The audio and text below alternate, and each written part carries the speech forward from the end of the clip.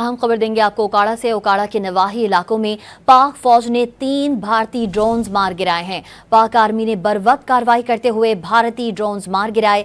Drone आबादी के करीब फसलों में गिरे, कोई जानी नुकसान नहीं हुआ है। आपको ताज़ा तरीन सूरत हाल से आगाह कर रहे हैं। ओकाड़ा के नवाही इलाकों में पाक फौज ने 3 भारतीय ड्रोन्स मार गिराए हैं। पाक आर्मी ने बरवक्त कार्रवाई करते हुए भारतीय ड्रोन्स मार गिराए हैं। ड्रोन्स आबादी के करीब फसलों में गिरे हैं और कोई जानी नुकसान नहीं हुआ है। अहम खबर देंगे आपको ओकाड़ा से। ओकाड़ा के नवाही इलाकों में पाक फौज ने 3 भारतीय ड्रोन्स मार गिराए हैं। पाक आर्मी ने बरवक्त कार्रवाई करते हुए भारतीय ड्रोन्स मार गिराए।